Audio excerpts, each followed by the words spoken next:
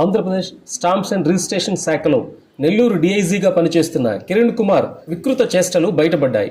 పలువురు మహిళలతో వివాహేతర సంబంధం పెట్టుకున్న కిరణ్ వేరే మహిళతో ఉన్న ఫోటోలను తన భార్య అనసూయరాణికి పంపి వేధింపులకు గురి చేస్తున్నాడు.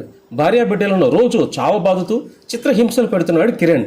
ఇందులో భాగంగానే గత రాత్రి సైతం భార్యను చితకబాడాడు డీఐజీ కిరణ్.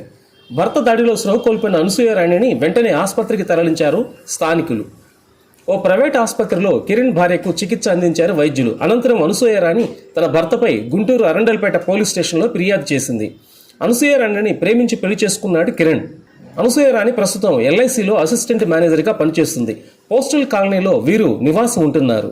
దంపతుల మధ్య విభేదాలు రావడంతో గత కొంతకాలంగా వేరువేరుగా ఉంటున్నారు. తన మీద ఫిర్యాదులు చేసిన భార్యకు అండగా వచ్చిన బంధువులపై అట్రాసిటీ కేసు పెడతానని కిరణ్ కుమార్ బెదిరింపులకు పాల్పడ్డారు. పోలీస్ స్టేషన్లో ఫిర్యాదు అనంతరం అనసూయరాణి మీడియాతో మాట్లాడుతూ తామిద్దరం ప్రేమ వివాహం చేసుకున్నామని వెల్లడించారు. తనకు పిల్లలు పుట్టకపోవడంతో ఒక పాపను దత్తత తీసుకుందామని 2012లో సరోగసి ద్వారా ఓ బాబు పుట్టినట్లుగా తెలిపారు. అయితే కొన్నేళ్లుగా వేరే మహిళలతో తన భర్త అక్రమ సంబంధాలు పెట్టుకుని తనను ఇబ్బంది పెడుతున్నాడంటూ ఆమె ఆవేదన వ్యక్తం చేశారు. తన భర్త పెట్టే టార్చర్ తాళలేక 10 నెలల నుంచి వేరువేరుగా ఉంటున్నట్లుగా సమాచారం వెల్లడించారు. ప్రస్తుతం పాప విదేశాల్లో చదువుకుంటుండగా బాబు తనతోనే ఉన్నాడని అనసూయరాణి చెప్పుకొచ్చారు. 2 రోజుల కిందట తన బంధువుల ఇంటికి వెళ్తుంటే అడ్డుకొని బాబును తనను తన భర్త కొట్టాడని అనసూయరాణి తెలిపారు.